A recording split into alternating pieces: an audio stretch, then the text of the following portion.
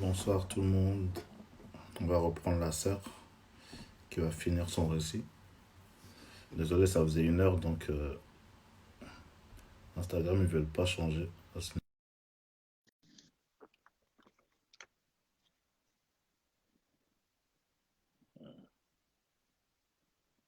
Normalement, c'est bon. Allô, tu es là? Oui, oui, oui, je suis là. Je te laisse reprendre ton histoire. Ouais. Donc, après, tous les jours, c'était la même routine, en fait. C'était, il me frappait et tout, et j'arrivais pas à discuter avec lui, on n'arrivait pas à avoir de discussion et tout. J'ai commencé à en parler à une de mes belles-sœurs. La femme a son grand frère, et elle m'a dit qu'il fallait que, pourquoi j'en ai pas parlé, qu'il fallait que j'en parle, fallait pas que je reste comme ça, c'est pas normal, etc. Et elle en a parlé à sa sœur, à la sœur de mon mari. Et après, ils m'ont convoqué tous à la maison avec leur mère, etc. Et on a parlé, moi je leur ai expliqué que ça allait plus, ben, qu'ils me frappaient, etc. Et ils étaient choqués. Sa mère, elle a dit que c'était pas possible. Enfin, personne ne le reconnaît parce qu'en fait, c'est quelqu'un qui il a jamais il a jamais levé la main sur une femme à l'ancienne. Hmm, C'est quelqu'un de très calme, de posé, mais c'était un changement trop brutal en fait. Moi, j'ai pas compris comment c'est venu. Enfin, personne n'a compris. hmm, Et voilà, eux, ils comprenaient pas trop ce qui se passait. Et limite, j'avais l'impression qu'on me croyait même pas, même en fait. hmm, Et bref, après, on est resté comme ça. Elle prenait souvent nos nouvelles, elle venait à la maison voir si tout se passait bien et tout. Et voilà. Et il y a un jour où mon fils, il est tombé malade. Mon fils, il pleurait, il pleurait, il pleurait. J'ai dit, ah, il faut qu'on ramène le petit à l'hôpital, il est pas bien. Et le petit, il devait avoir 6 7 mois à ce moment-là.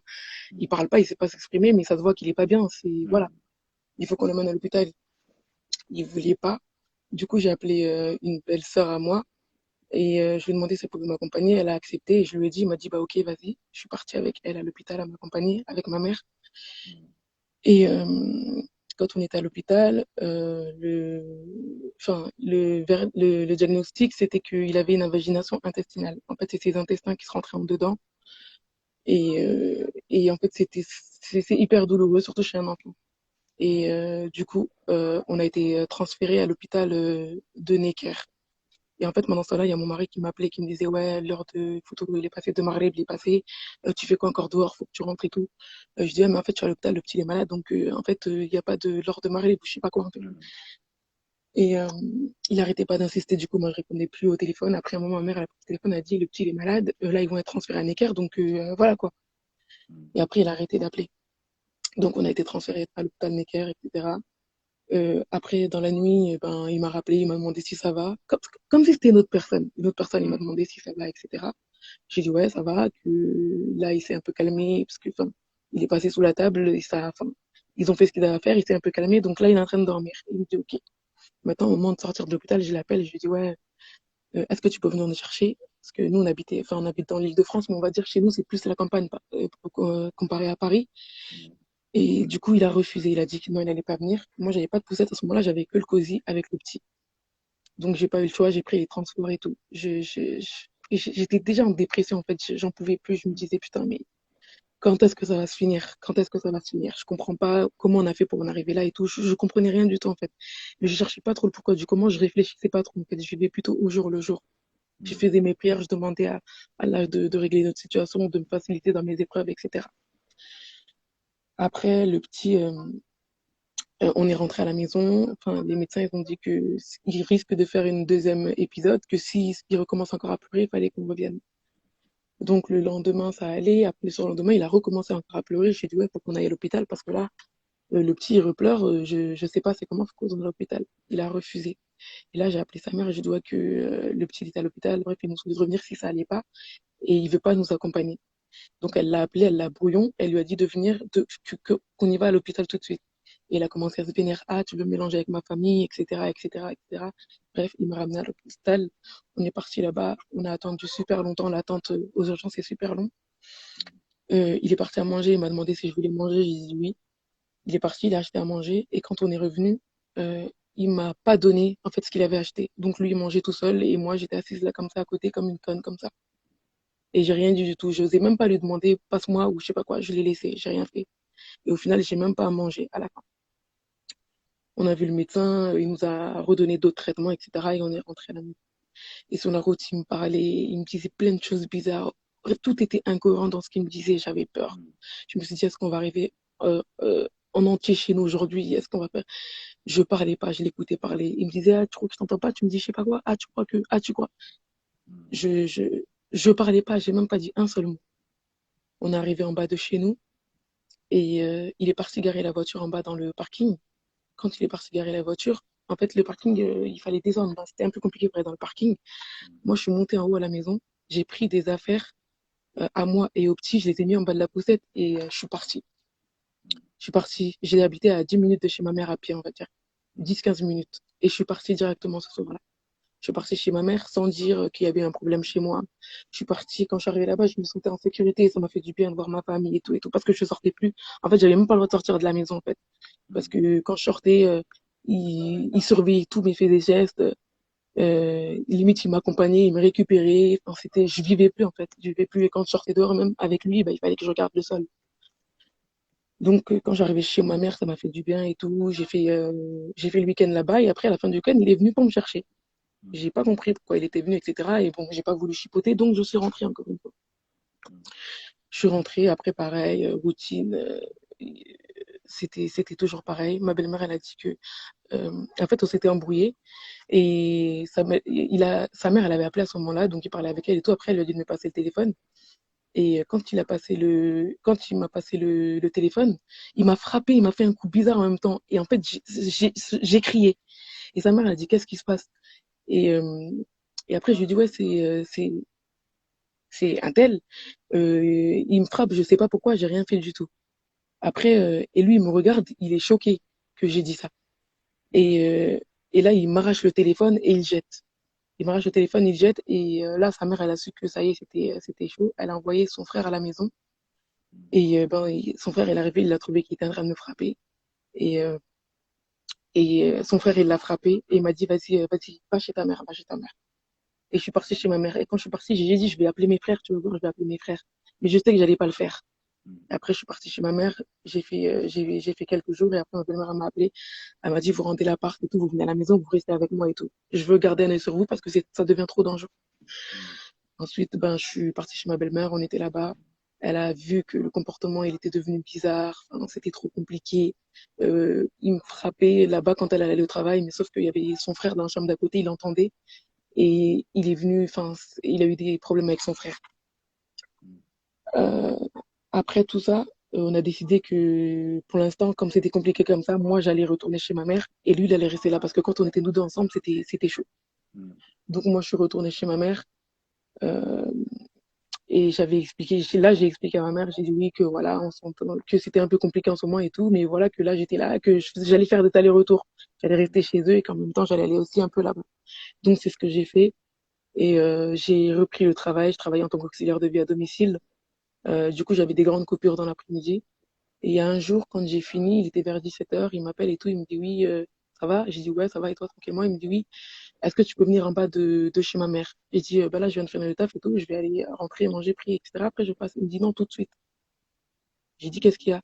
Euh, il me dit viens tout de suite, avec le petit.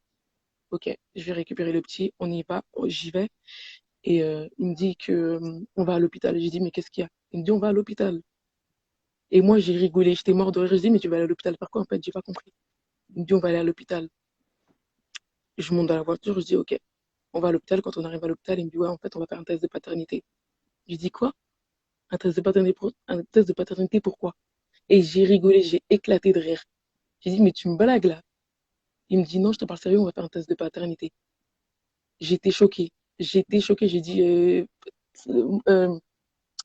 j'allais dire le prénom du petit. J'ai dit c'est ton fils en fait. Je comprends pas enfin bref. Je vais faire le test de paternité, y a pas de problème. Si ça peut te rassurer, vas-y descends, on y va. On arrive à l'hôpital et moi je sais qu'on allait se faire remballer parce que ça n'existe pas le test de paternité en France, ça se fait pas en France. On est parti, on arrive à l'accueil et je demande où est-ce qu'on fait les tests de paternité. Et la dame elle me dit ça se fait pas comme ça ici, c'est pas ici, faut les commander, etc. Et pour les faire, etc. Donc il a tout entendu, on retourne et tout. Et voilà, je lui dis, mais en fait, explique-moi parce que là, je comprends pas ce qui se passe. Là, tu veux faire un test de paternité, pourquoi? Il me dit, parce que on m'a dit que mon fils, c'était pas mon fils. J'ai dit, mais qui t'a dit ça? Mais comment, qui peut venir te dire que ton fils n'est pas ton fils? Mm. Je comprends pas. Et là, il commence à pleurer. Voilà, tu m'as tué, voilà, tu m'as tué. Mais j'étais trop choquée. J'étais trop choquée. Il m'a dit, ouais, on m'a dit que c'était pas mon fils, on m'a dit que c'était pas mon fils, il était déterminé. Et moi, je pouvais rien faire, j'ai été choquée. Et après, bref, lui, il est rentré, et moi, je suis partie chez ma mère, et j'ai appelé ma belle-sœur, j'ai expliqué, j'ai dit, non, mais là, il y a un problème. J'ai dit, il y a un gros problème, il m'appelle pour me dire qu'on va faire un test de paternité parce que son fils n'est pas son fils. Je comprends pas d'où il sort tout ça. Bref, et en fait, ma belle-sœur m'avait expliqué qu'il l'avait déjà appelé pour lui dire ça. Mais eux, ils m'en avaient pas parlé parce qu'ils savaient pas que lui, il allait venir vers moi et que elle savait que il commençait à délirer. Donc, quelques jours plus tard, on m'appelle, ma belle-mère elle m'appelle pour me dire que, ouais, que son fils, il est parti, ça fait quelques jours qu'ils n'ont pas de ses nouvelles. Est-ce que moi j'ai de ses nouvelles? J'ai dit non, j'ai pas du tout de ses nouvelles. Mm. Donc, j'essaie de l'appeler, il répond pas. J'essaie de l'appeler, j'ai forcé, et après, il m'appelle. Il me dit oui, t'inquiète pas, t'auras plus de mes nouvelles. Je suis déjà loin. Vous allez plus entendre parler de moi. Tu m'as trahi, tu m'as trahi. Vous allez plus entendre parler de moi. J'ai été choquée. J'ai dit mais qu'est-ce qui se passe? Je comprenais pas. Et lui, il m'a donné aucune explication, rien du tout. Il a raccroché son téléphone, il voulait plus, enfin, il parlait plus. Après, on n'a plus eu de ses nouvelles. Le téléphone était sur messagerie directement. Du coup, on est parti déclarer à la police sa disparition, etc. Ensuite, il y a la police qui nous ont appelés. Ils l'ont retrouvé à la gare du Nord parce qu'en fait, il s'est battu avec quelqu'un là-bas. Ils l'ont retrouvé à la gare du Nord. Du coup, ils l'ont emmené garde à vue. Et en fait, quand les médecins ils ont vu qu'il avait un problème psychologique. Il a fait une bouffée délirante aiguë. Mm. Donc, ils l'ont interné. Il s'est retrouvé en psychiatrie. Moi, j'ai cru que enfin, le ciel il m'était tombé sur la tête. J'étais choquée. J'ai pas compris. J'ai pas vu la chose arriver. Je comprenais pas. Je ne comprenais plus rien en fait. Je comprenais plus rien du tout. Du coup, il a été interné. Je pouvais pas le voir et ni lui parler au téléphone pendant les 2 premières semaines. Ensuite, j'ai commencé à l'avoir au téléphone quand il allait mieux. Il me parlait, mais il était trop bizarre. Il disait, ouais, ils font un complot contre moi. Moi, je comprenais rien. Tout ce qu'il disait, ça n'avait aucun sens. Mm. Rien, rien n'allait en fait dans tout ce qu'il disait. Et bref, une bouffée délirante aiguë, en fait, c'est quand tu fais un délire dans ta tête. En fait, t'entends des voix, on te dit des choses, et ces choses, bah, c'est, c'est- c'était, c'est pas réel, en fait. Mm. C'est pas réel. Et donc, après, ils l'ont transféré à l'hôpital psychiatrique à côté de chez nous. Il allait beaucoup mieux. Ils l'ont mis sous traitement. Et, et ensuite, ben, je pouvais aller le voir. J'allais le voir avec le petit, etc. Il allait beaucoup mieux. Quand je lui racontais ce qui se passait, il se rappelait pas. Quand je lui disais, ouais, tu me frappais, il se souvenait pas. Il pleurait quand je lui racontais tout ça. Quand je lui racontais tout, il a fait que de pleurer, pleurer, pleurer. Il s'excusait, excusait. Il me dit, c'est pas moi, je me rappelle pas, etc. Bref, après que j'ai compris que c'était, voilà. Pour moi, il était possédé, en fait. Il y a un djinn qui a pris possession de son corps. Et voilà. Du coup, il est sorti de l'hôpital 3 mois plus tard. Moi, je suis restée chez ma mère quand même malgré ça. Et lui était chez sa mère, mais j'allais tout le temps le voir et tout. Je le surveillais beaucoup. Je prenais tout le temps de ses nouvelles. Enfin, j'allais tout le temps là-bas. Euh, et en fait, il avait commencé, il allait mieux. Il allait beaucoup mieux. Et donc, on est tous partis au bled pour pouvoir le soigner. Pas maraboutage à faire de maraboutage, on n'est pas dedans, non. On est parti parce qu'en fait, la famille de ma belle-mère, ils sont beaucoup dans la religion. Et elle a un frère là-bas qui pouvait sûrement s'en occuper. Et donc, on est parti. Et moi, comme je travaillais, j'ai pris 1 mois. Eux, ils ont pris 2 mois. On a essayé de le soigner. En fait, ils ont attendu que moi je rentre parce qu'ils devaient aller au village et moi, je ne pouvais pas aller au village. Euh, et moi, je suis rentrée après les 1 mois et comme moi, je suis partie, et ben lui, il a pété un câble là-bas. Il a commencé à retourner dans ses délires. Euh, il menaçait les gens là-bas et il devenait trop dangereux là-bas. Il disait qu'il voulait rester en France, il voulait plus rester là-bas. Donc, il est revenu en France. Ils l'ont fait revenir en France parce qu'ils ont dit si ils le mettent en prison au Mali, ça va pas le faire. Ah. Donc, il est revenu en France. Quand il est revenu en France, vu qu'il y avait personne chez ma belle-mère, ben moi, j'étais chez ma mère et comme j'avais ma chambre toute seule avec le petit, je dis, tu viens à la maison. Il voulait pas venir. Il voulait pas venir. Et j'ai appelé un de mes frères pour lui dire, s'il te plaît, viens avec moi pour essayer de le convaincre de le faire venir à la maison parce qu'il va rester, il est parti s'installer dans sa voiture, il est resté dans sa voiture toute la journée. Hmm. Il était dans ses délires toujours. Donc mon frère est venu avec moi et on a réussi à le convaincre, il est venu à la maison, il s'est lavé, etc. Il a mangé. Et après, on a discuté. Et dans sa tête, j'ai vu qu'il était bien. Il avait cette période de lucidité. Donc, on a beaucoup discuté. Il me dit, je les entends. Il me dit ça, il me dit ça. Je dis, arrête de les écouter. Ne lâche pas le Coran, récite, etc. Donc, moi, je lui ai mis le Coran. J'ai appelé un de ses oncles qui était ici en France. Il m'a dit de faire une bouteille d'eau coranisée, de réciter et que demain, il fallait qu'on aille faire une ruqya. Hmm. Donc, on a trouvé quelqu'un pour nous faire la ruqya. On a dormi, etc. Le lendemain, on s'est levé. Je lui ai préparé son petit déjeuner. Et j'ai fait une erreur. En fait, j'ai mis un couteau sur le plateau du petit déjeuner. J'ai complètement oublié. Hmm. J'ai mis le couteau sur le plateau du petit déjeuner. Et, euh, et en fait, lui, il a pris le couteau, il l'a mis dans sa poche. Et quand moi, je suis venue récupérer le plateau, j'ai vu qu'il n'y avait plus de couteau. Je savais que j'avais merdé. Hmm. Et je lui ai dit, oui, est-ce que tu peux me passer le couteau, s'il te plaît? Il a dit, j'ai pas de couteau. Je lui ai dit, tu peux me passer le couteau, s'il te plaît? Je précise que le soir, quand j'ai rangé ses affaires, dans ses poches, il y avait des morceaux de lame, Hmm. des lames de couteau. Je les ai enlevés de la poche et j'ai tout jeté. Et j'ai rangé les affaires. Et du coup, il a pris le couteau et il n'a pas voulu me donner. Donc, quand je suis sortie de la chambre, j'ai fermé la porte à clé et je suis partie appeler sa soeur. Je lui ai dit, eh, il a pris un couteau, il ne veut pas me le redonner, donc je sais qu'il va retourner dans un délire. Elle m'a dit, appelle la police, il faut qu'il retourne à l'hôpital. J'ai dit, non, moi, je ne peux pas appeler la police. C'est pas possible. Elle m'a dit, appelle la police, il faut qu'il retourne à l'hôpital. Et lui, il tapait dans le mur de la chambre, dans la porte de la chambre. Ouvre la porte, ouvre la porte. Euh, je vais tous vous tuer. Là. En fait, il me menaçait, il me menaçait, il me menaçait, il me menaçait. Hmm. Et mes frères, ils étaient devant, ils ont dit, ouvre. J'ai dit, non, j'ouvre pas, il a un couteau, j'ouvre pas, c'est mort, j'ouvre pas. Et ils m'ont dit ouvre, ouvre, ouvre. J'ai pas voulu, j'ai appelé la police et j'attendais que la police elle arrive. Et mes frères ils se sont vénères sur moi et tout et ils m'ont pris la clé, ils ont ouvert la porte de la chambre. Et lui il est sorti et boum, il a planté un de mes frères au niveau du poignet. Et les deux ils lui ont sauté dessus pour essayer de prendre le couteau. Euh, ils ont atterri dans la salle de bain, bref, ils ont claqué tous les miroirs. Ils ont fait un sboul dans la maison. Ils ont réussi à le prendre le couteau et il y a la police qui sont arrivés. Ils l'ont menotté, ils l'ont emmené. Ils l'ont emmené et puis ils m'ont dit qu'il fallait que je vienne. Et moi, j'ai appelé sa sœur. Du coup, on est partis ensemble au commissariat. Ils ont dit que pour l'instant, il fallait qu'on attende les médecins. Ils ne pouvaient pas l'emmener à l'hôpital comme ça. Il fallait qu'il soit vu par le médecin. Après, ils l'ont interné et voilà, c'est parti encore sur une routine de hôpital psychiatrie que suivi pendant je sais pas combien de mois, etc. Et quand j'ai oublié, il fallait que je vous précise un détail parce que c'est un détail qui m'a quand même marqué. Euh, Quand j'étais chez ma mère, il y a un jour, c'était l'anniversaire du petit. J'ai dit que j'allais l'emmener voir son père. Et quand je suis partie pour le faire, pour l'emmener voir le petit, en fait, il a pris le petit avec lui dans la chambre. Et moi, j'étais au salon, je regardais la télé. Et j'entends le petit pleure. Le petit pleure, il pleure, il pleure. J'ai pas compris. Donc, moi, je vais dans la chambre. Je dis, qu'est-ce qu'il y a? Pourquoi le petit pleure? Il me dit, sors. Après, j'ai fermé la porte de la chambre. Et en fait, j'entendais qu'il était en train de le frapper. Il frappait mon fils. Il était en train de le frapper. Le petit, il avait un an. C'était le jour de ses un an même. Il était en train de le frapper. Il était en train de le frapper. Et je disais, mais lâche le petit, t'es malade de quoi? Lâche le petit. Et je suis rentrée de force dans la chambre et je ne saurais pas vous dire ce qui s'est passé, mais je pense que c'est un coup qui m'a mis et en fait, je me suis évanouie sur le coup. Et quand je me suis levée, j'entendais le petit pleurer et il était sur le lit de la chambre. J'ai vu le petit, je l'ai pris. J'ai attendu qu'il s'est calmé un peu. Je suis partie dans le salon, j'ai vu que son père était là-bas dans le salon. Je me suis posée un petit peu. Après, j'ai dit, bon, moi, j'y vais. Je suis partie. Et depuis ce jour-là, j'ai dit, c'est mort, je n'en reviendrai plus. Je reviendrai plus. Ça, c'était avant qu'il retourne en hôpital, à l'hôpital. J'avais même pris des photos du petit tellement j'étais choquée. Il avait ses marques, il avait la trace de ses doigts sur ses joues. J'étais choquée. Et bref, après, je reviens à l'hôpital. Il a été interné, etc. Quand il est sorti, il allait mieux. Mais moi, j'ai dit, c'est mort, je retourne plus. Je retourne plus parce que quand moi j'allais là-bas, il refaisait des crises, il retournait dans des délires. Donc en fait, c'était pas possible. C'était pas possible.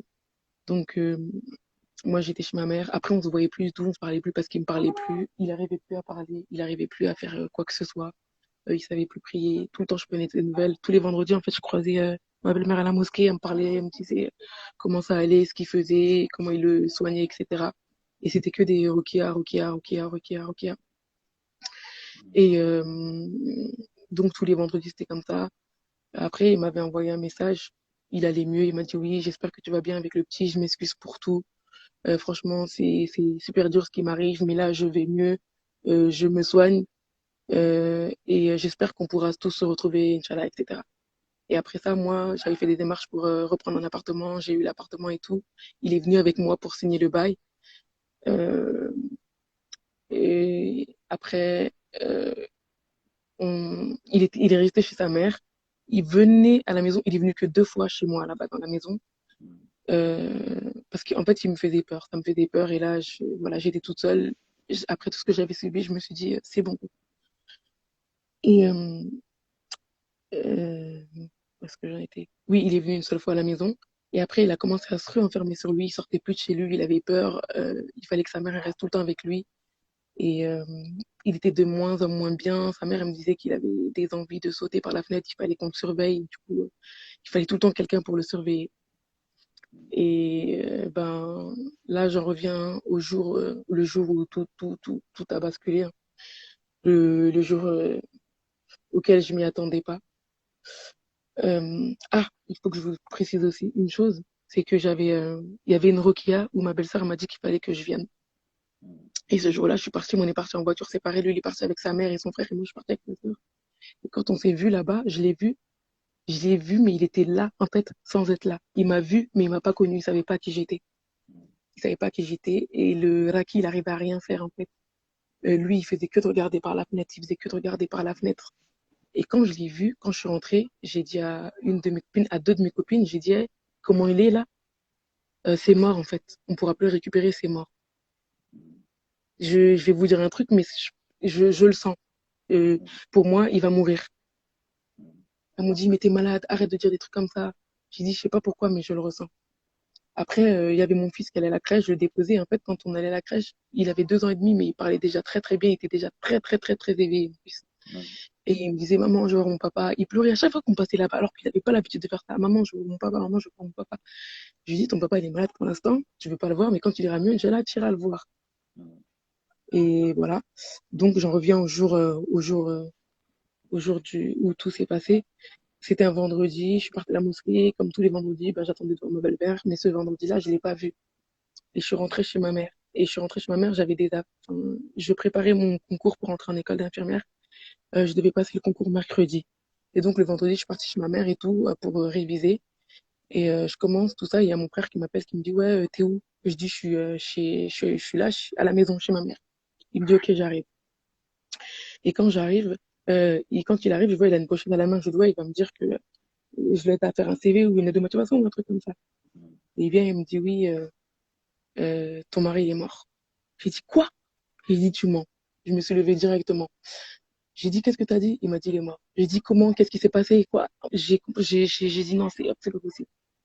Il m'a dit, si. Et là, j'ai commencé à crier. J'ai dit, non, non, c'est pas possible. Et je suis sortie. Directement, je suis sortie. Je suis partie.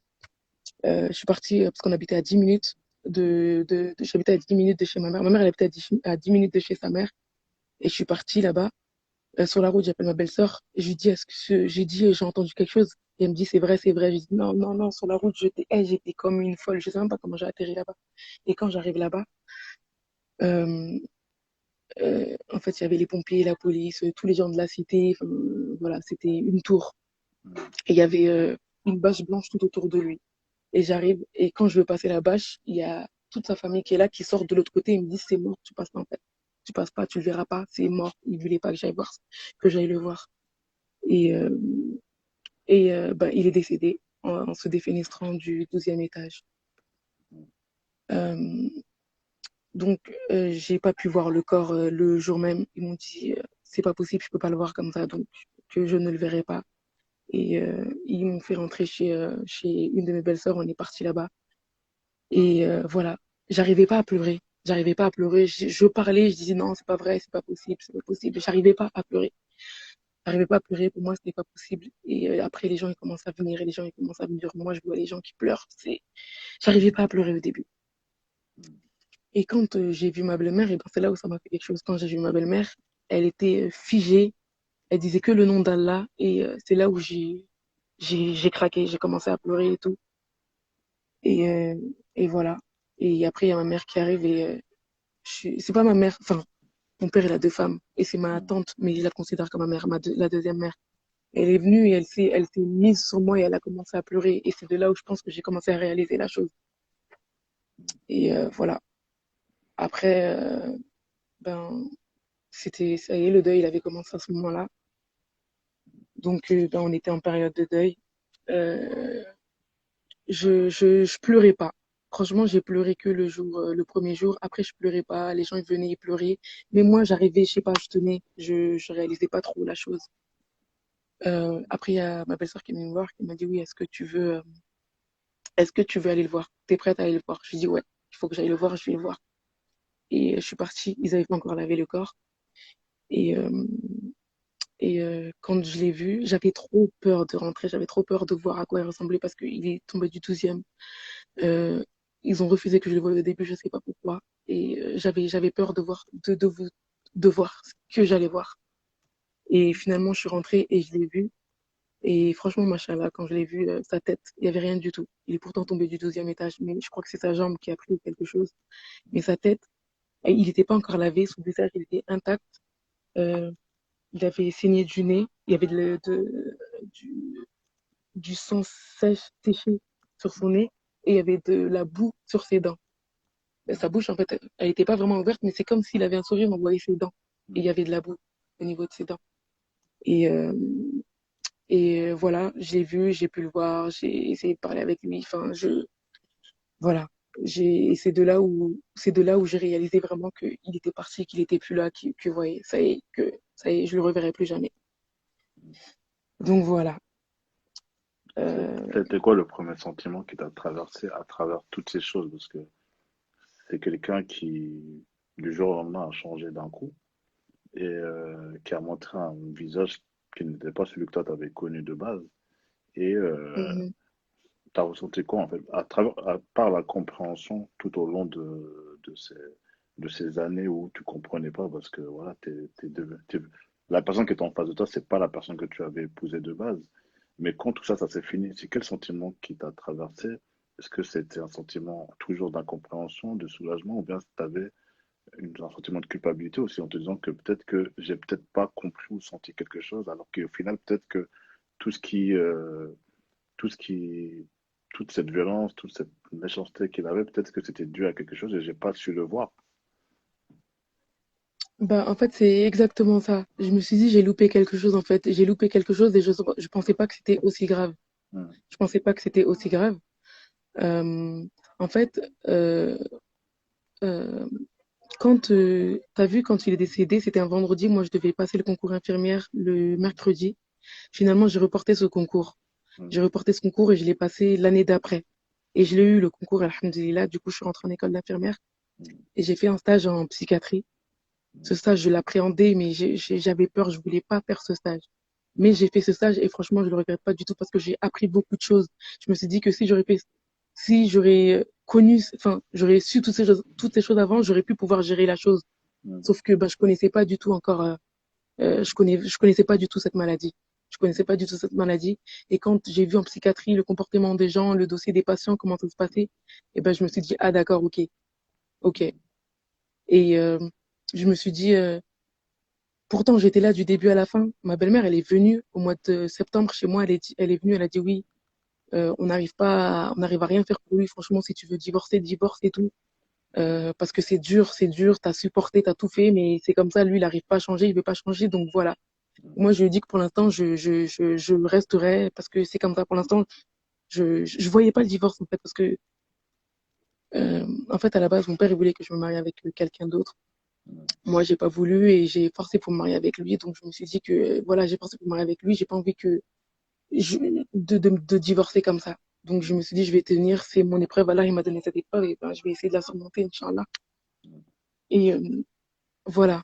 C'est dommage, mais c'est comme ça. J'ai loupé quelque chose pour moi. J'ai loupé quelque chose. Et Donc, voilà. on dit souvent que dans notre communauté, justement, c'est un tabou en fait. Quand on parle de folie, quand on parle de, de schizophrénie, etc. Nous, on dit souvent Ça oui, n'existe pas chez nous. voilà, Mm, c'est-à-dire que pour nous, moi je te dis ça parce que j'ai vécu, on va dire, j'ai perdu mon meilleur ami d'enfance dans les mêmes circonstances, tu vois. C'est-à-dire que même le fait mhm, d'entendre ton témoignage, moi ça me touche parce que il s'est lui aussi défenestré et c'était pas quelqu'un qui l'aurait fait de lui-même comme ça, tu vois. C'est-à-dire que moi-même, je m'en voulais, tout comme toi, en me disant que j'ai peut-être pas senti venir le truc parce qu'à l'époque, j'étais jeune, on avait 18 ans, il était devenu une autre personne. Il y a des choses que, après toi, c'était différent. Toi, comment te dire, il l'exprime par la violence. Nous, c'était pas par la violence. C'est-à-dire que nous, c'était la folie. Il nous disait qu'il voyait des choses. Il nous disait qu'il était suivi par des personnes. Il y a des amis à nous qui ont rigolé, qui comprenaient pas. On se disait, mais qu'est-ce qu'il nous raconte? Il s'est passé plein de choses où quand même on se pose des questions. On se dit, mais en fait, non, quoi. En fait, lui qui était comme ça du jour au lendemain, c'est devenu une autre personne. Et moi, j'ai vu tout ce cheminement sans pouvoir rien faire parce qu'en fait, t'es spectateur, tu ne sais pas quoi faire parce que tu ne sais pas comment appréhender la chose. Et au final, un matin, on vient te réveiller et on te dit d'aller voir par ta fenêtre parce qu'il habitait juste en face de chez moi. Et à l'époque, c'était mon père qui avait trouvé le corps un matin, un dimanche matin. Et on me dit, oui, ils ont retrouvé il est décédé. Et j'ai pensé à plein de choses. Je me suis dit, wow, mais qu'est-ce qu'il a fait comme connerie? Quelqu'un l'a planté, quelqu'un l'a tiré dessus. Je ne comprenais pas. J'essayais de comprendre. En plus, c'était un dimanche matin. Je ne comprenais pas. Je me disais, mais non. Et en fait, il s'est défenestré. Mais la manière dont il s'est défenestré, il y a eu une grosse enquête derrière parce qu'en fait, tu sais, quand tu tombes d'une tour, tu tombes à plat, tu tombes. Et lui, il est tombé à une certaine Mhm. distance qui faisait que c'est comme s'il n'avait pas volé, mais voilà, il comprenait pas. Donc, même pour te dire, pour qu'on récupère le corps, c'est tout un processus. Et voilà, Mhm. les blancs, entre guillemets, voilà, ils vont dire c'est la folie, mais il y a des choses qui s'expliquent pas. Et nous, C'est c'était ça. oui, il avait un jean, etc. et tout. Et tu n'avais pas ce processus où on va se dire faut qu'il soit suivi, etc. Alors Mhm. que c'est une maladie, en fait. C'est une Ouais. maladie. Et aujourd'hui, euh, une personne qui est malade, qui est schizophrène ou autre, c'est un danger pour elle-même, mais c'est un danger aussi pour les gens, tu vois.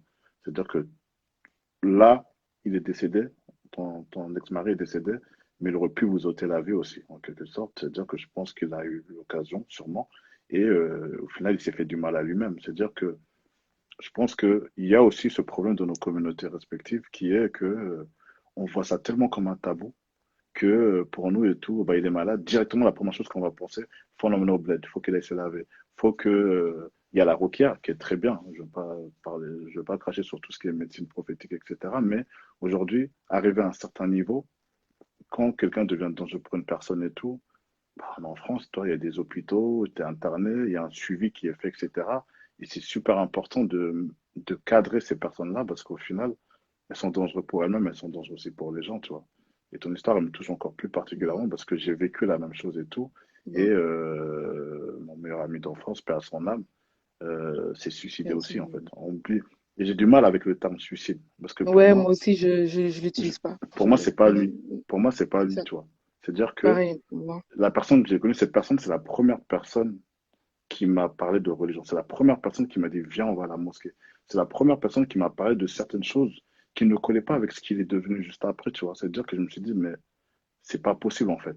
Et je rappelle, le lendemain de sa mort, ma mère dormait chez eux. Moi, je suis pas allé à l'école. C'était l'année de mon bac. J'étais avec son petit frère qui a dormi chez moi. Et il m'a dit une phrase. Il y avait un silence. Il m'a dit, Djibi, il s'appelait Moussa, on l'appelait Bala. Il dit, Bala s'est levé. Il est parti se doucher, il a mis son pantalon, il n'est plus jamais revenu, tu vois. Et ces mots, ils m'ont Mhm. glacé son, je me suis dit, mais... Et je comprenais pas. Je me suis dit, non, c'est pas normal, en fait. C'est-à-dire, pour moi, Mhm. c'est pas normal. Et c'est pour ça que je regrette aujourd'hui de pas avoir été assez là, de pas avoir compris. À l'époque, personne n'a parlé d'hospitalisation, personne n'a parlé d'internement parce que c'était pas peut-être des choses qui étaient dans la tête des gens. Nous, nos familles, après, je sais pas si c'est le fait de ne pas savoir, mais personne à un moment donné s'est dit que il est malade, il faut qu'on aille à l'hôpital. C'était, il est pas bien, allons voir telle personne que je connais qui va s'en occuper. Ou essaye ça, fais ci. Ah, on m'a dit que ça serait bien de faire ça. Au final, il n'y a rien qui a été fait pour mettre un cadre sur tout ce qu'il ressentait, tu vois. En tout Mhm. cas, ton histoire m'a touché. Et voilà, paix à son âme. Aujourd'hui, je pense Ouais. que, et aujourd'hui, par rapport à toi, justement, ça se passe comment? Est-ce que le deuil, comment tu l'as fait? C'était il y a combien d'années de son décès? C'était en 2015. Il est Ok. décédé en 2015, en octobre 2015. Aujourd'hui, tu le vis Euh, comment? Aujourd'hui, au jour d'aujourd'hui, par rapport à un enfant quand même, aujourd'hui, est-ce qu'il t'en parle? Est-ce que vous en parlez? Ça se passe comment? Ben, en fait, euh, mon fils, je sais pas, c'est un enfant de Dieu pour moi, en fait. Mm, Parce que c'est un petit qui est super éveillé, qui comprend très, très, très bien les choses. mm, Quand mon mari est décédé, moi, j'ai pas accompagné le corps parce qu'ils ont refusé que je l'accompagne. mm, Du coup, je suis partie après euh, pour aller sur sa tombe. Et je suis partie avec mon fils. mm, Et quand on était là-bas, on s'est réveillé un matin. J'étais à Dakar parce que je suis passée par le Sénégal vu qu'ils habitaient à la frontière du Mali. Et on mm, était à Dakar. Et mon fils, il se réveille, il me dit, Maman, euh, j'ai vu mon père, et ben, il a fait une galipette par la fenêtre. mm, J'ai dit, quoi? J'ai dit, mais d'où tu sors ça? mm, Le petit, il avait 3 ans. Il avait 3 ans, il me dit ça. En fait, il m'a choqué. Et du coup, je lui ai dit, recommence, recommence. Et j'ai pris mon téléphone, j'ai enregistré. Et mm, il me dit, oui, oui, je l'ai vu. Il y a quelqu'un qui l'a appelé par la fenêtre et il était trop penché, alors il a fait une galipette et il est tombé. mm, J'ai dit, ah d'accord, ok, mm. ok. Non. Mais là, en grandissant, moi, je lui ai pas raconté l'histoire. Moi, je suis pas prête à lui raconter cette histoire encore au jour d'aujourd'hui. Il sait que son père est décédé, que son père, pour lui, son père il est tombé par la fenêtre parce qu'il voulait répondre à un ami à lui qui l'appelait là-bas par la fenêtre. Mm, Donc, il sait que lui, il doit pas aller à la fenêtre, surtout mm, qu'il doit pas s'approcher de la fenêtre. mm, Et moi, je sais pas, pour l'instant, je me sens pas prête en tout cas à lui raconter ça. Je me sens pas prête à lui raconter l'histoire de son père. En tout cas, j'attends qu'il grandisse un peu plus. Mais il me demande tout le temps après lui. Il me demande tout le temps après lui. Et il sait qu'il est dans le ciel. Je suis déjà partie avec lui. Enfin, je suis retournée une autre fois sur sa tombe. Il était un peu plus grand. Je lui ai dit, est-ce que tu veux venir? Il m'a dit oui. Quand on est arrivé devant la porte du cimetière, il a pris peur. Il a dit qu'il voulait pas y aller. mm, Donc, il a refait demi-tour. Mais moi, je suis partie. Quand je suis revenue à la maison, il m'a dit, maman, en fait, il y a quoi là-bas dans le cimetière? J'ai dit, ton père il est décédé, son âme il est au ciel, mais lui, son corps, il est là-bas. Il m'a dit, mais je savais pas, si je savais, je serais venue. mm, Là, je me suis dit que moi, je lui ai pas expliqué les choses. En fait, je le fais venir avec moi et tout, mais j'arrive mm, pas à lui dire. Je sais pas, j'arrive pas à lui dire. Je lui ai mm, toujours pas dit. mm, Euh, et en fait, une fois, mon fils, il était dans sa chambre. Il a ouvert la fenêtre et en fait, il a voulu faire la même chose. mm. Et quand on lui a dit, mais pourquoi t'as fait ça? Il a dit que je voulais rejoindre mon père. Alors là, ça m'a tué. Mm. Il a quel Ça âge m'a maintenant, ton fils? tué. Là, il a 7 ans, mais c'était avant ses 7 ans. Il était plus petit, il avait 4 ans quand il a fait ça. Mm, Il a dit qu'il voulait rejoindre son père. Et là, mm, j'ai pété un plomb. Déjà, je l'ai retiré de chez moi parce qu'en fait, j'habitais au quatrième étage. Et je l'ai laissé chez ma mère parce que ma mère, elle habite dans une maison. mm, Euh, et j'ai fait que de l'engueuler, en fait. Et jusqu'au jour d'aujourd'hui, lui et moi, j'en ai pas parlé. Je sais pas pourquoi. Moi, j'ai l'impression que soit lui aussi, il n'arrive pas à me parler, mais moi aussi, j'arrive pas à lui parler. On a vu une psy. mm, La psychologue, elle lui en a parlé, elle lui a dit que si tu as envie de parler de ton père, si tu as plein de choses à lui dire, tu fais une boîte et tu mets tout dans la boîte et quand vous allez sur le cimetière, tu poses ça sur la tombe, etc. mm, Il a commencé à faire, mais après, il a arrêté. mm, Mais j'ai fait une demande d'appartement pour descendre au plus bas, soit au rez-de-chaussée, soit au premier étage, parce que j'ai dit c'est mort. Une fois, mm, mais pas deux. Une, mais mm, pas deux, c'est mort. Et du coup, ben, là, le petit grandit, il va beaucoup mieux, il va très très bien même. Il mm, comprend très bien les choses. Là, j'habite dans un appart au premier étage, mais il est le plus souvent chez ma mère. mm. Mais voilà. Moi, je pense que c'est important justement de lui en parler. Tout à l'heure, Béatrice, elle le disait, le fait qu'il soit dans cette ignorance ou qu'il ne comprenne peut-être, parce qu'un enfant, il va pas percevoir les choses de la même manière. Peut-être que tu lui as peut-être dit quelque chose, mais peut-être que lui, il va le comprendre autrement, tu vois. Ça se trouve qu'il va Mhm, même, pour lui, ça va même pas être quelque chose de mal, en fait, de se jeter. Il va se dire, je vais rejoindre mon père. Il faut qu'il y ait justement cet accompagnement. C'est pour ça qu'il y a des psys aujourd'hui. Je pense que ça va être intéressant aussi que tu en parles avec Béatrice par rapport à tout ce qui. Je vous mettrai en relation à la fin du live par rapport mhm, à tout ce qui est accompagnement et tout, parce que c'est super important que tu puisses en parler. Rien que par rapport à ce que tu viens de me dire, à savoir que il a limite. Il s'est dit, pour lui, il était persuadé que si jamais il se jetait, qu'il allait rejoindre son père directement, tu vois. mhm, C'est super important que toi, tu puisses mettre des mots sur ces mots MAX et que tu puisses lui faire comprendre qu'aujourd'hui, voilà, papa était malade, peut-être papa n'était pas bien, papa il a fait quelque chose qu'il n'aurait pas fait s'il ne serait pas malade et tout. Même si c'est des choses qui sont compliquées, il faut qu'il y ait un cheminement pour qu'il puisse comprendre petit à petit, tu vois. mhm, Et voilà, moi je pense que c'est super important que tu puisses, même si on a du mal à en parler, que tu puisses peut-être t'entourer de personnes qui vont t'aider à ça, parce que Aujourd'hui, tu as un rôle qui est important.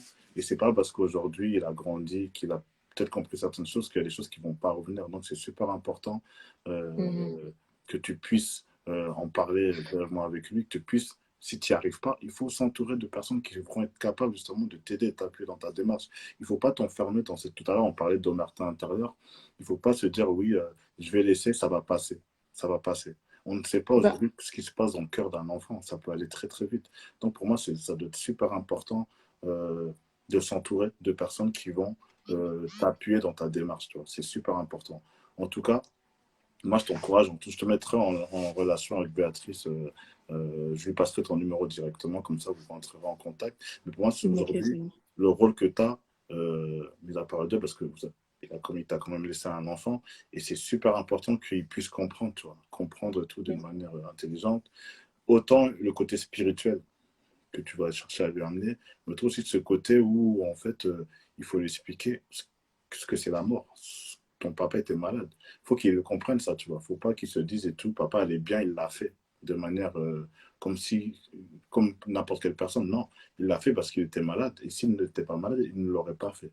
Donc pour moi, c'est Mhm. important aussi que tu aies cette discussion et que tu puisses, dans le cas où tu aurais du mal, être entouré par des personnes justement qui vont t'appuyer dans cette démarche-là. Ok. En tout cas, merci beaucoup. Honnêtement, Ouais, merci. pas de Je problème. sais que tu as hésité à témoigner parce que c'est pas difficile, même si tu témoignes en anonyme, c'est pas facile du tout. J'imagine Mm, que, voilà, je pense pas que tu en aies déjà parlé en public de cette manière. Et jamais. voilà, le but, c'est vraiment que tu puisses extérioriser certaines choses, mais surtout que, à travers ton témoignage, que certaines personnes puissent venir t'appuyer, t'accompagner.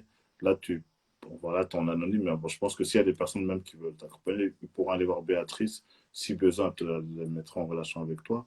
Mais je pense que Mhm. le simple fait que tu sois en relation avec elle, déjà, je pense que c'est une bonne chose. Et surtout, le simple fait que tu aies pu témoigner, c'est déjà, je Mhm. pense que c'est bien.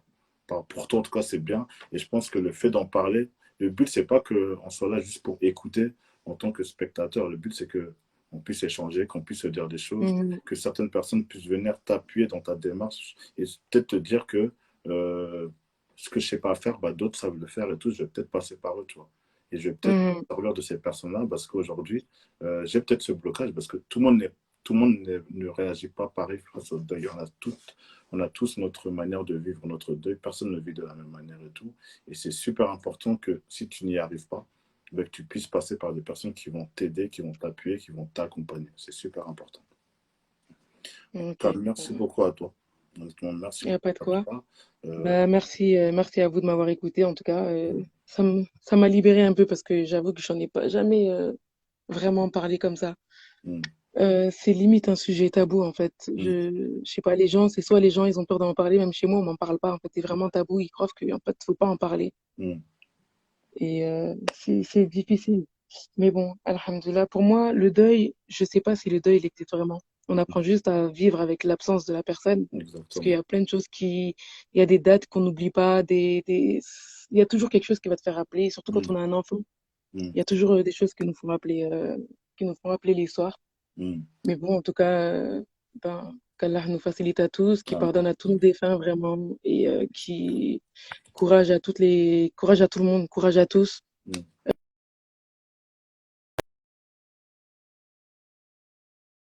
On s'accroche à Allah. C'est pour ça que franchement, c'est Allah.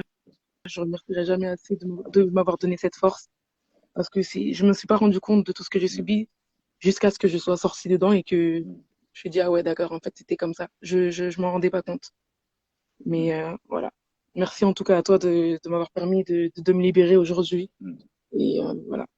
En tout cas, voilà, qu'Allah vraiment t'accompagne dans ton cheminement, dans ton processus de deuil et qu'il puisse t'aider Voilà. justement à faire comprendre toutes ces choses-là aussi à ton fils et aussi à ta famille, ta belle famille, à toutes les personnes qui étaient proches de lui, certaines personnes qui Mhm. sont peut-être dans la compréhension jusqu'au jour d'aujourd'hui. Et c'est Mhm. important que toi aussi tu puisses à travers ton deuil et tout, euh, éclairer aussi toutes ces personnes qui sont autour de toi, parce que tu es celle qui a vécu avec lui, tu as vécu beaucoup de choses, que ce soit positives ou Mhm. négatives, mais aujourd'hui, voilà, aujourd'hui, tu as été là jusqu'au bout. Et je pense que c'est pas tout le monde qui serait allé jusqu'au bout. Parce que tout à l'heure, je le disais dans mes commentaires, ton histoire, elle est toujours aussi dans le sens où tu aurais pu partir, tout simplement, mais tu es resté. t'es resté jusqu'au bout et tout. Ça a été compliqué, tu as vécu des choses super difficiles, mais tu es resté jusqu'au bout. Malheureusement, ça s'est pas fini de la manière avec laquelle on aurait aimé que ça finisse. Mais tu t'es c'est clair. accroché, tu es resté jusqu'au bout. Et Et je le aujourd'hui, regrette pas, franchement. Je me dis heureusement même, parce que je serais partie avant, j'aurais culpabilisé à mm, mort. mm. Donc voilà. En tout cas, qu'Allah, qu'Allah, paix à son âme, paix à Amin, son âme amin. et tout. Et force à vous, à la famille, Merci à beaucoup. toi, et bon Merci. courage pour la suite, Inch'Allah. Merci beaucoup. En tout cas, je te mettrai en relation, moi, avec Béatrice, Il et n'y a pas voilà, de comme problème, ça, ça marche. vous en discuterez, Inch'Allah. Ok, il n'y a pas de problème. Merci beaucoup, En tout cas, Djibril. merci à toi et prends Il n'y a soin de pas de toi et quoi. bon courage pour tout, ma soeur. Merci. Salam Allez, salam. alaikum. Alaikum salam.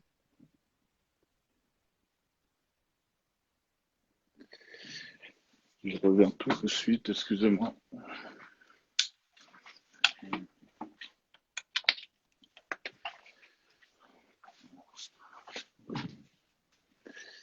Merci pour vos messages, merci beaucoup. Merci pour la sœur. C'est un témoignage qui m'avait marqué. On en a discuté plusieurs jours avant. Je sais que c'est quelqu'un qui hésitait vraiment, mais qui ressentait quand même le besoin d'en parler par rapport à justement à ce processus de deuil dont on parle depuis le début du live. Les personnes qui demandaient les infos par rapport à Béatrice, elles commentent à chaque fois. Donc, dès que vous voyez Béatrice Toubi, cliquez dessus. De toute manière, je la reprendrai à la fin du live et je communiquerai justement sa page dans ma story juste après. On va prendre une autre personne. On va prendre une autre personne qui va nous raconter une histoire aussi. Pareil, c'est une personne qui a vécu un drame il y a quelques années et qui a jusqu'au jour d'aujourd'hui du mal à faire ce deuil. Elle en parle pas, elle a du mal, etc. Et aujourd'hui, tout comme les personnes qui sont passées juste avant, c'est un moyen pour elle d'extérioriser et de surtout de mettre, le terme, on le dit souvent, mais de mettre des mots sur ces mots, MAUX.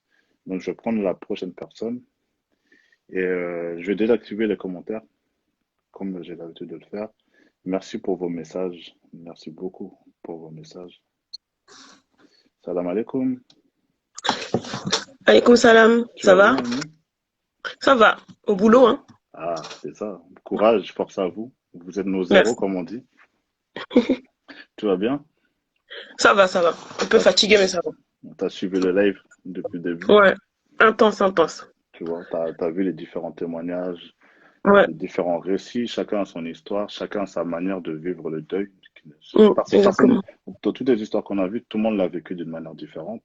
Et c'est Mm, important justement de les confronter parce qu'aujourd'hui, tu as plein de gens qui témoignent pas, qui ne le racontent pas, mais qui l'intériorisent et qui n'ont le fait de ne pas en parler aujourd'hui, on souffre encore même des années après.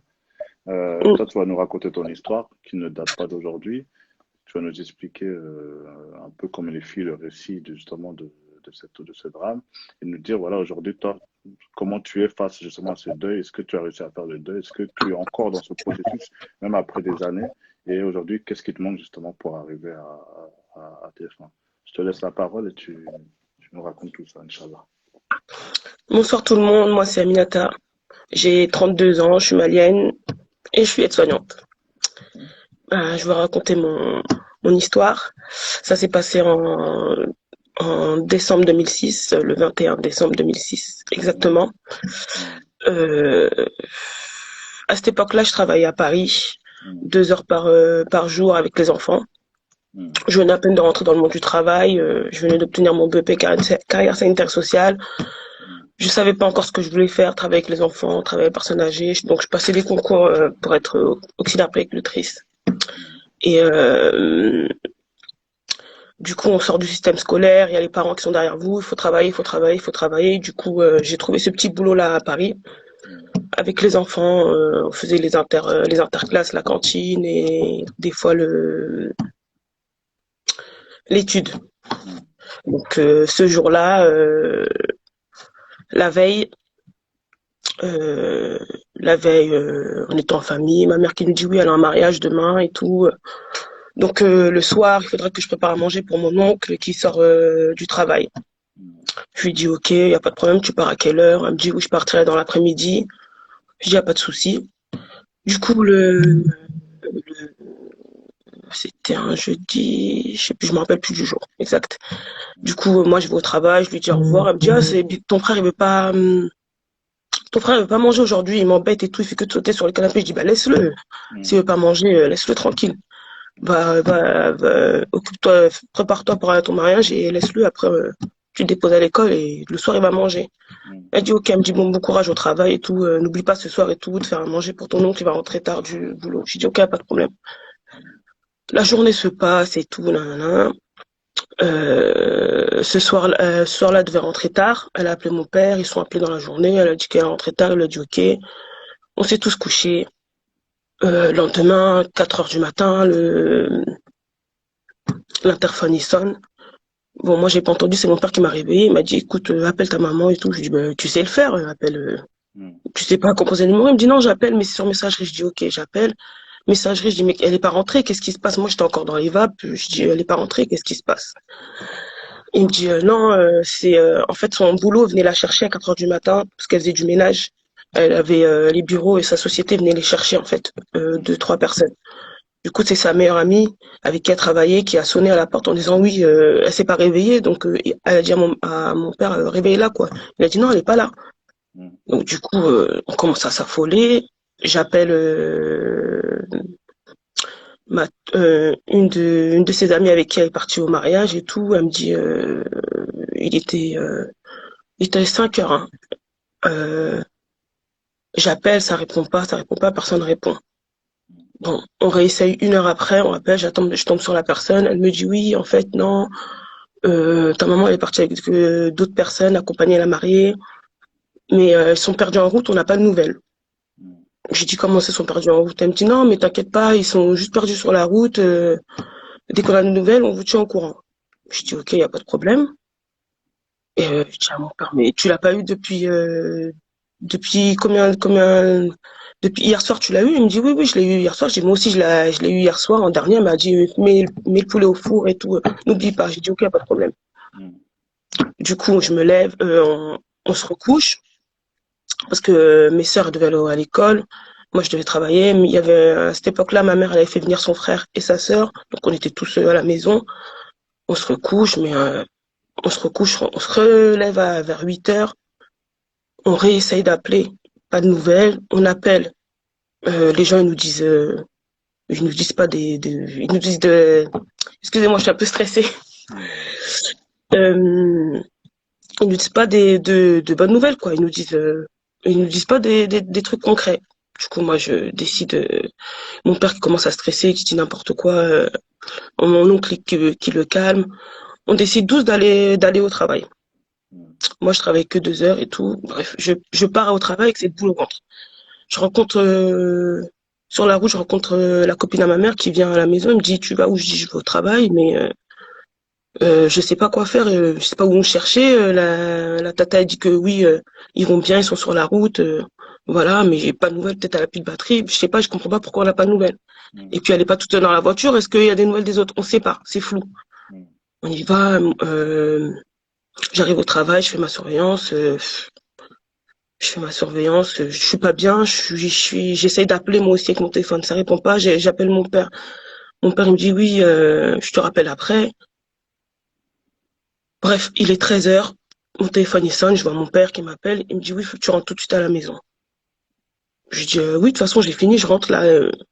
Il me dit tu rentres tout de suite, tu vas nulle part, tu rentres. J'ai dit ok. J'arrive à Gare du Nord, je vois mon oncle, il travaille dans le bâtiment, je vois mon oncle sur le quai. Je dis, ah, tonton, tu fais quoi? Il me dit, ça va? Je dis, oui. Je dis, qu'est-ce que tu fais là? Il me dit, non, j'ai fini plus tôt. Je dis, hein? Et j'étais avec ma collègue, une amie à moi aussi. On était dans le même quartier. Je dis, écoute, je vais faire le trajet avec mon oncle. On fait le trajet ensemble, on est dans le RER. Il arrive pas à me regarder en face, il a la tête baissée. Et moi, je lui dis, ça va? Il me dit, oui, mais il arrive pas à me parler. Tout le chemin, c'était silencieux. Moi, je marche derrière lui. Ce jour-là, on a marché, on n'a pas pris le bus, j'étais derrière lui, il marchait pas. Il marchait, moi j'étais derrière lui. Du coup, on arrive en bas de chez moi, on sonne, on arrive devant la porte. C'est mes tantes qui ouvrent les portes, c'est les sœurs à ma mère qui ouvrent la porte et ils sautent sur mon oncle. Je dis, mais qu'est-ce qui se passe?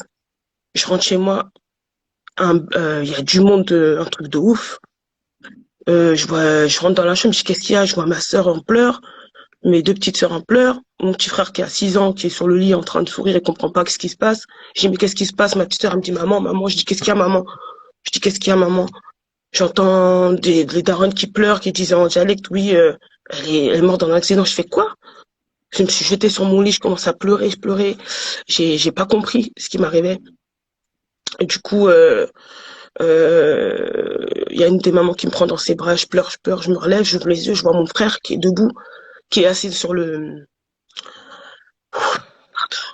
qui est assis sur le lit, qui me regarde, qui dit, elle est où maman? Et là, tout de suite, je me ressaisis, je dis, putain. Je dis, putain, je dis, écoute, prends un jouet et viens avec moi. Je l'ai emmené chez une copine à moi, chez une voisine. Je l'ai laissé là-bas. Je suis restée assise un moment, j'ai soufflé. Et je suis repartie, j'ai dit, s'il te plaît, tu peux le garder, s'il te plaît, parce qu'il y a trop de monde, ça va être traumatisant pour lui, donc je l'ai laissé là-bas. Et je retourne chez moi, et là, je vois toutes les darons qui sautent sur moi, qui t'es la plus grande, faut pas pleurer, j'ai même pas eu le temps de verser une larme qu'on me secoue dans tous les sens. T'es la plus grande, vas-y, va porter un pagne. J'ai rien compris. J'ai vraiment rien compris. Ils me dire, t'es la plus grande, va t'habiller, assis-toi là, fais comme si. Et moi, je devais aller, c'était les vacances scolaires, c'était le 21 décembre, ça allait être les vacances scolaires bientôt. Donc moi, je devais aller une semaine à Lyon chez une amie avec une autre copine. Oui, ton billet, il faut l'annuler, il faut pas voyager. Hein. Non, je dis, mais je sais pas, ma mère, elle vient de décéder, je vais voyager pour aller où? Donc, voilà. Et euh, j'en tremble carrément. Du coup, ça s'est passé tellement, ça s'est passé tellement vite, j'ai pas compris. Le lendemain, il fallait que je m'habille, il fallait que je précise qu'à la fin de l'accident sur la route, c'est un accident sur la route, ils sont décédés sur le coup, la voiture a été carbonisée, c'était une explosion, donc du coup pas de corps. Du coup moi, obligé d'aller sur place, sur Chartres, ils sont décédés sur l'autoroute de Chartres, obligé de m'habiller. Le lendemain, mon père me dit il faut que tu viennes, on va avec, il y a un tonton à nous qui va nous déposer à Chartres pour pour qu'ils prennent mon ADN par la bouche pour qu'on reconnaisse les corps. Donc du coup on y va pendant tout le trajet. Moi je suis encore dans mes pensées, je parle pas. Mon père il parle avec le tonton. On arrive là-bas, on voit les autres familles aussi parce qu'il y avait 5 personnes. On voit les familles des 5 personnes. Ils nous prennent dans le bureau, la police, la gendarmerie. Ils nous présentent nos condoléances et moi je m'effondre. Du coup ça ajoute un frein, moi je m'effondre. Ils me disent du courage et tout, c'est une épreuve trop dure pour vous, mais il va falloir, on est obligé de vous auditionner. Donc du coup, ils nous ont auditionné pour savoir comment s'est passée la journée, qu'est-ce qu'elle portait et qu'est-ce qu'elle portait la dernière fois qu'on l'a vue pour aider à l'identification. Du coup, moi, je l'avais vue en civil, donc je me dis forcément elle apporte un boubou, mais je ne saurais pas vous dire lequel parce que je l'ai pas vu, j'étais au travail. Du coup, il prend une disposition, il parle. J'écoutais même plus au bout d'un moment. Et à un moment, ils nous font partir dans un bureau à côté pour prendre l'ADN.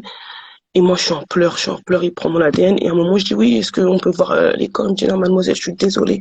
Il n'y a pas de corps. Parce que moi, j'avais pas encore compris, en fait. J'avais pas encore réalisé qu'il n'y avait pas de corps. Il me dit, il n'y a pas de corps. Mademoiselle, on vous prend l'ADN justement pour reconnaître les corps. Il n'y a que des os. On va faire l'ADN. Il m'a dit, je vous explique ce qui va se passer. On va vous prendre l'ADN. Quand on va reconnaître les corps, on va vous donner les corps sous scellés. Je dis quoi? Je comprends pas. Je dis, bah, c'est comme ça, il y a pas de corps. Je dis, ok. Ils prennent mon ADN et on retourne chez nous comme ça. J'arrive encore à la maison, c'est encore plein, il y a plein de monde. J'arrive encore, les mamans, ouais, vous l'avez vu. Je dis, non, mais il n'y a pas de corps. Ouais. On n'a rien vu du tout. Il n'y a pas de corps. Du coup, ça aussi, je m'effondre encore. Les mamans qui me disent, tu pleures pas, t'es la plus grande, faut tes frères et sœurs et tout, Et les gens sont restés plus de 2 semaines à la maison à faire des va-et-vient, à faire des sadaras, à faire des prières. Le temps qu'ils reconnaissent le corps, le temps qu'ils nous donnent le corps, il y a eu des rumeurs, oui, les blancs, faut pas se fier, ils vont vous donner n'importe quoi. tout et n'importe quoi qui passe. Tu connais les Africains, comme ils sont. Donc du coup, le résultat il tombe. Ils vont entre parenthèses, entre-temps, il y avait tellement de monde chez moi que mes sœurs et moi, on s'est pas retrouvés en fait. Donc du coup, moi j'ai décidé de prendre mes sœurs et mon petit frère et d'aller chez une cousine à nous qui nous ont beaucoup soutenus, qui c'est la famille quoi. On est resté 2 semaines chez eux parce qu'il y avait vraiment beaucoup de monde chez ma mère. C'était une personne, ma mère, c'était ouais, machallah, tu vois, tout le monde l'appréciait, que ce soit homme ou